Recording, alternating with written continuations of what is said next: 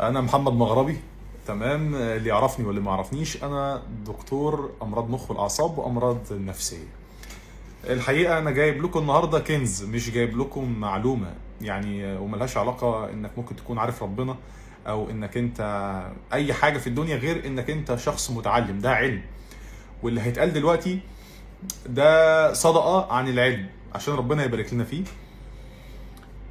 ناس كتير بتيجي تقول لي يا دكتور انا مكتئب، انا متضايق، انا مش طايق نفسي، انا عايز اموت نفسي، انا حياتي واقفه، انا الدنيا مش كويسه، انا تبدا تاخد في مليون اتجاه، وتبدا توجه عن طريق طريق اي حاجه، طريق الكلام، عن طريق الدواء، عن طريق اي حاجه في الدنيا. ولكن انا النهارده جايب لكم الخلاصه للموضوع ده. احنا مخلوقين ليه اصلا؟ احنا مخلوقين ليه؟ ربنا عز وجل خالق فينا برنامج تدمير ذاتي لينا لو احنا ما سمعناش كلامه. دي معلومة انت بقى تعرفهاش يعني. انت مش هتسمع كلام ربنا، مش هتعبده، براحتك، انت براحتك، مخير براحتك عادي. انت مش هتصلي، براحتك عادي. انت مش هيبقى ليك دور في الارض انتاجي تبقى ليك لازمة، ومش هتعمر في الارض وتعمل دورك اللي مخلوق عشانه، عادي جدا. تمام، هتتدمر ببرنامج التدمير الذاتي اللي ربنا عز وجل خلقه جواك. هشرحه لك، بس قبل ما اشرحه لك هقول لك دليل عليه. تمام، ربنا عز وجل خلق الانسان في اكمل واحسن صوره ممكنه. تمام، وربنا عز وجل قال ده في القران الكريم، قال ولقد خلقنا الانسان في احسن تصوير. ده كلام ربنا عز وجل. ليه الانسان اتخلق اصلا؟ اتخلق عشان يعوض مكان الجن في الارض، الجن اللي كان موجود قبل كده. انت تقولي طب ايه دليلك على كده؟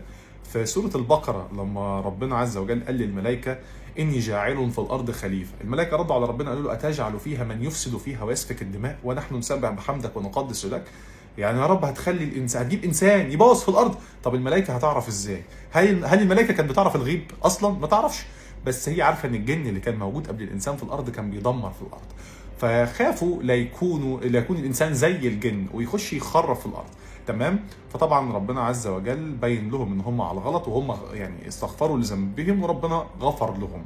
تمام، يعني الانسان جاي دوره تعمير الارض. تمام، طيب ايه اللي بيحصل بقى؟ يعني سيبك من الكلام كله بتاع الانشا، نتكلم علميا شويه. الانسان ايه اللي بيخليه مزاجيا مظبوط؟ اول حاجه هرموناته. هرموناتك، لان الهرمونات للناس اللي خدت طب، واخواتي وحبايبي اللي لسه بيدرسوا في طب دلوقتي في الاندوكراينولوجي، خدوا ان الهرمونات دي حاجات بتتفرز في الدم عن طريق مباشرة عن طريق قنوات بتغير البيئة الداخلية للجسم في لحظات قليلة.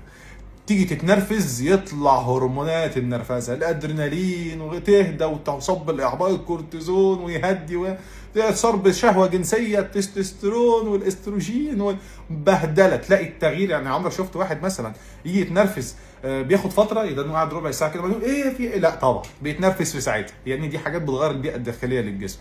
طيب ايه تاني ممكن يحافظ على الانسان؟ مخه. عمرك جيت قربت من حمار جيت لقيته مكتئب وشايل هم الدنيا؟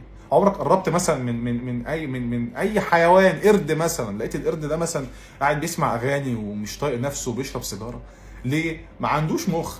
هو بيحس بس ما عندوش مخ. اذا فالمخ هو ده شيء مهم جدا جدا، لانه ده انت انسان. طب المخ بيعمل ايه؟ بتفكر كتير، بتبوظ توازن الكيمياء بتاعت مخك. الكيمياء دي ايه بقى؟ مواد كيميائيه بقى، بسيبك مش هنخش فيها. تمام، باظ التوازن، دخلت في دوامه. الدوامه دي تقعد تاخدك من اتجاه لاتجاه تاني، تفكر تعوم تطلع منها، يعني تروح جاي ميت فيها زياده، تروح جاي تغوص فيها زياده. تمام، طب برضه انت عايز تقول ايه؟ قصدي اقول لك ان انت لو ما صليتش، تمام، مش هيحصل لك توازن هرموني في جسمك. طب الصلاه ازاي بتعمل توازن هرموني؟ الصلاه اول ما بتصلي بتخش تتوضا الاول، بتنوي للصلاه، تثبت نيتك للصلاه بانك انت بتتوضا. اول ما تتوضا تحقق سلام وهدوء. اصل الصلاه هو الخشوع. مجرد تيجي تدخل يحصل توازن كيميائي في جسمك وانت داخل تصلي. الصلاه 5 مرات في اليوم، فانت بتحقق توازن هرموني 5 مرات في يومك. طيب ده بعيدا عن الحركات اللي احنا بنعملها في الصلاه، انك تقوم وبتقعد وتوطي وتقف بايدك وترجع وبتاع، يعني انا بكلمك في حاجه تانية. وتشغيل العضلات ده بيعمل توازن هرموني. تمام، لعب الرياضه بيعمل توازن هرموني. خلاص، طيب الصلاه بتحقق لك مبدا مهم جدا. انا رايح اشكي همي لربنا، انا رايح اقعد مع ربنا شويه.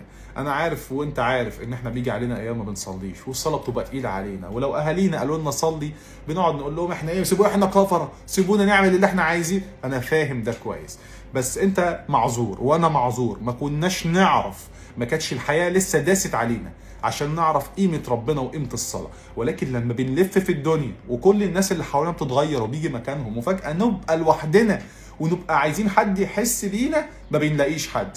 فنبدا نبص نلاقي ربنا عز وجل كان موجود من البدايه وصابر علينا ومستنينا نرجع له. ففي ناس وصلت لمرحله ان مش اللي هي الصلاه بتاذن فيقوم يصلي ولا ما يصليش، ده هو بيصلي الفرض وبيدنه قاعد يقول هو الفرض اللي جاي امتى؟ ده هو مستني يقابل ربنا. ليه بقى؟ لانه لما يقابل ربنا هيشكي له هم، هيشيل اللي جواه. يا رب انا شفت كذا، يا رب ابعد عني كذا وكذا، يا رب رميت حملي عليك. طب انا لما ارمي حمولي على ربنا واتكل على الله، والتوكل على الله هو ده المفتاح اللي بتكلم فيه دلوقتي. ايه اللي بيحصل؟ بيحصل انك بتبدا تخرج الافكار اللي مضايقاك من مخك وتسيبها بين ايدين ربنا اللي خلقك، فتبدا تفصل مخك وتحميه من حاجه اسمها الدايره المقفوله في التفكير، انك مش هتفكر كتير في حاجه ملهاش حل، حلها عند ربنا وانا هسعى، تمام، وربنا هيعيني. فيبدا ساعتها يحصل توازن كيميائي. ليه؟ لاني طول ما انا بفكر ومعتمد على نفسي في حاجه ملهاش حل ببدا الخبط كهربة مخي والخبط كيمياء مخي واستنزفها، فيحصل فروقات، فيحصل عدم توازن وامبالانس، فابدا يصاب بالدبريشن والاحباط والاكتئاب، واخش في دوامه مش هخرج منها ابدا. لاني عشان اخرج منها محتاج افكر في حل ليها، والدوامه دي كان سببها في البدايه اصلا تفكير. فازاي هخرج من دوامه هي حصلت بسبب التفكير وهخرج منها بالتفكير؟ فهتلاقي دايما المكتئب ده بيبدا يبعد يبعد يبعد يبعد يبعد يبعد، تمام، وبتلاقيه فاكر ان هو يقدر يلاقي حل، بس مش هيلاقي حل، مش هيلاقي حل لانه مشكلته في مخه اصلا، تمام.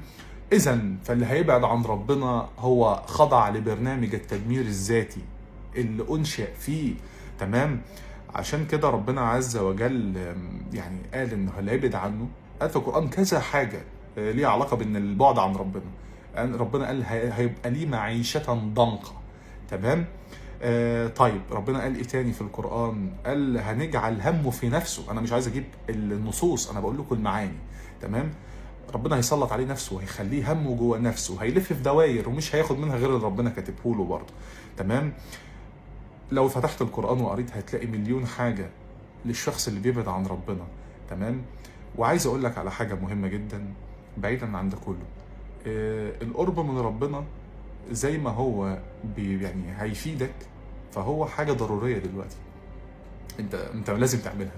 يا اما هتخضع لبرنامج التدمير الذاتي، تمام. انت مش هتقدر، انت مش قوي، انت ضعيف، واحنا كلنا ضعاف، واحنا كلنا قليلين قوي في الدنيا دي، تمام.